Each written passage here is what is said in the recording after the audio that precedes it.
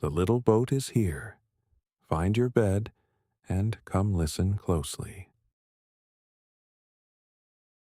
Tonight, when the sky is quiet and the day has placed its busy shoes by the door, a little boat drifts softly through the stars. Not a loud boat, not a fast boat. A gentle wooden boat with warm golden windows, small glowing wings, and a cabin that always smells faintly of old books, sea breeze, and sleepy moonlight. This is the little boat of wonder.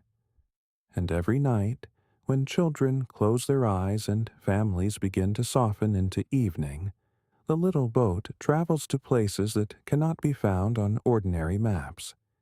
Places made of questions, places made of dreams, places made of possibilities. Tonight, the little boat was gliding through a silky blue sky when it noticed something unusual. Far below, beyond a silver cloud, there shimmered an island. It was not on the star charts. It was not in the captain's compass book, and it was certainly not in the drawer marked places we have already visited. The little boat tilted gently in the sky. "Well," said the boat in its warm, thoughtful voice, "that looks like somewhere new." New places, of course, are special, because every new place asks a question, and this island seemed to be asking a very big one. The little boat drifted lower. As it came closer, it saw that the island was glowing in soft colors: lavender, gold, sea green, and pale blue, as if morning and evening had decided to live there together forever. The trees were unlike any trees the boat had seen before. Some had round silver leaves that chimed softly in the breeze. Some had glassy leaves that caught starlight and turned it into tiny rainbows. And some had leaves shaped like little hands, waving hello to anyone who passed by. At the center of the island stood a hill, and on the hill stood a single lantern, glowing with a steady golden light. The boat landed very softly in a meadow of glowing grass. The grass did not bend under the boat. It seemed happy to hold it. For a moment, everything was still. Then, from somewhere nearby, came a sound. Plip, plip, plip. The little boat turned. There, beside a round pond, were three curious creatures. One was shaped like a teardrop made of moonlight. One looked like a tiny walk-in pine cone with bright blue eyes. And one was a floating puffball with long ribbon-like ears that drifted in the air as if underwater. They were dropping pebbles into the pond and watching the ripples spread out in circles. "Good evening," said the little boat politely. The three creatures looked up. "Good evening," said the teardrop creature. "You are new," said the pine cone. "You glow warmly," said the puffball. The little boat bobbed happily. "I am the little boat of wonder, and you?" The teardrop creature bowed. "I am Luma." The pine cone placed a hand on its chest. "I am Mosslet." The puffball spun slowly in the air. "And I am Wisp." "What is this island?" asked the little boat. At this, the three creatures smiled in a very mysterious way. "This," said Luma, "is the island of possible things." The little boat became very quiet. Possible things. That is a phrase worth listening to. "What grows here?" asked the boat softly. "Not what," said Mosslet. "What if?" said Wisp. The little boat blinked its lantern light once, and then, because the boat was wise enough to know when not to rush, it simply waited. After a little while, Luma pointed toward the hill. "The lantern at the top of the island shines on all the things that might one day become true." The little boat looked up at the glowing lantern. "You mean," it said slowly, "this island is full of futures?" Wisp twirled happily. "Not exact futures, not fixed futures, possible futures." "Ah," said the little boat. "The gentle kind." "The truest kind," said Mosslet. Together they walked through the island, and everywhere they went, wonderful things could be seen. In one field there were flowers that had not decided what color to be yet. They changed softly from pink to gold to blue to silver, as if they were still choosing who they wanted to become. In another place there were trees growing tiny doors in their trunks. When the doors opened, they showed glimpses of possible paths. A child becoming a painter, a quiet person learning to sing, someone who felt small growing brave enough to help others, a family laughing together under a sky full of paper lanterns. At the edge of a stream, the little boat saw round smooth stones, and each stone glowed faintly with a picture inside it. One stone held the image of a little girl speaking kindly to someone lonely. Another showed a boy planting a seed that one day became a vast garden. Another showed a mother lying beside her child, telling a bedtime story so gently that even the stars leaned closer to hear it. "These are beautiful," whispered the little boat. "They are beginnings," said Luma. "Of what?" asked the boat. "Of more than anyone can count," said Wisp. The little boat looked across the island. It felt something very old and very young at the same time. A feeling like standing at the edge of the sea for the first time.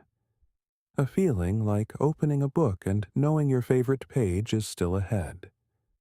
A feeling like being alive in a world that is still unfolding. As they climbed the hill, the lantern grew brighter. At its base was a round stone table. On the table lay hundreds of tiny folded paper boats. Each paper boat glimmered in the lantern light. "What are these?" asked the little boat. Mosslet gently picked one up. Whenever someone imagines a kinder future, or chooses courage, or wonders about the world with an open heart, a new paper boat appears here. The little boat was silent for so long that the breeze had time to move through the silver leaves twice. Then it said, "So every good thought matters?" "Yes," said Luma. "Every brave question matters?" asked the little boat. "Yes," said Wisp. "Every small act of kindness?" asked the boat. Mosslet smiled. "Especially those." The lantern gave a warm little glow, as if agreeing. The little boat looked up at the sky. There are moments when a person, or a boat, understands something not only with the mind, but with the whole quiet space inside them. This was one of those moments. The island was not simply showing futures. It was showing that life is always listening, that the world is not made only of what has happened, but also of what is still possible, and that possibility grows best where kindness, courage, and wonder are given room to breathe. Just then a soft ringing sound floated across the hill. The lantern brightened. Luma turned toward the meadow below. "It is happening again," she said. The little boat followed their gaze. In the wide field near the pond, something was rising from the earth. At first it looked like mist. Then it looked like light. Then, slowly, it became a path. A path made of glowing stepping stones stretching from the island's center toward the far shore. Each stone lit up one by one as if some invisible traveler were walking upon them. Plip, glow, plip, glow, plip, glow. The little boat watched in wonder. "Who is walking there?" it whispered. "No one yet," said Wisp. "It is a path for someone who has just begun believing in their own possibilities," said Luma. The boat felt a warm hush inside its cabin. Somewhere, perhaps in a small room beneath a blanket, or in a quiet house at the end of a long day, Someone had just decided not to give up. Some child, some parent, some gentle heart. And here, on the island of possible things, the path had appeared. "Can they reach us?" asked the little boat. "Not with their feet," said Mosslet, "but with their spirit." The glowing path shimmered brighter for a moment, then settled into a soft, steady shine. The little boat understood. Not all journeys happen on roads. Some happen in the heart first. The four friends walked down to the shore. The water around the island was clear as glass, but deep beneath it moved soft, swirling lights, like dreams learning how to become real. "Will the island always stay here?" asked the boat. Luma smiled. "It appears wherever it is needed." "Can anyone find it?" asked the boat. "Anyone who wonders gently enough," said Wisp. "Anyone who still believes there is more to life than what can be hurried through," said Mosslet. The little boat looked toward the distance. It thought of all the families settling into the quiet, all the children with shining questions, all the grown-ups who had once been children and still carried a secret spark inside. Then the little boat had an idea. "May I carry this place in my stories?" it asked. The three creatures looked at one another, delighted. "That," said Luma, "is exactly how the island travels." Wisp laughed a little cloud of silver laughter. "Yes, take it." Mosslet placed one tiny paper boat into the little boat's cabin. It was warm to the touch. "For the next child who needs reminding," he said, "that life is still full of possible things." The little boat thanked them all.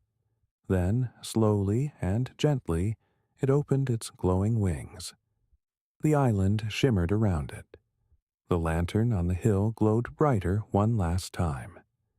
The paper boats on the stone table rustled softly in the wind, as if whispering to one another. And the little boat rose into the sky. Higher and higher it drifted, over the silver-leaved trees, over the glowing pond, over the path of possible things, until the island itself became a small jewel of light below. Then even that faded softly into the night. But the feeling remained. And perhaps if you listen very carefully now, you can still feel it too. That somewhere, beyond rushing and noise, there is a place where kind futures grow. A place where courage begins as a small light. A place where questions are not heavy things, but wings. A place where every loving thought, every brave step, every gentle beginning becomes part of the world that is still being made. And maybe tonight, while you rest, a new possibility will begin quietly inside you. Maybe it will be a dream, maybe a feeling, maybe a thought too small to explain yet. That is all right. Small things often know how to grow. The little boat is flying again now through the slow blue hush of the bedtime sky, with a tiny paper boat glowing softly inside its cabin. And wherever someone remembers to wonder, wherever someone chooses kindness, wherever someone dares to imagine a brighter tomorrow, the island of possible things is never very far away. So close your eyes now, little traveler. Let the stars keep watch. Let the sky grow softer. Let your thoughts become light as feathers.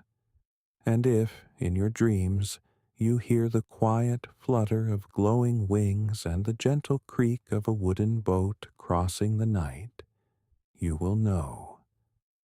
The little boat of wonder is on its way again. Good night. The little boat is drifting away now. Rest gently until the next story.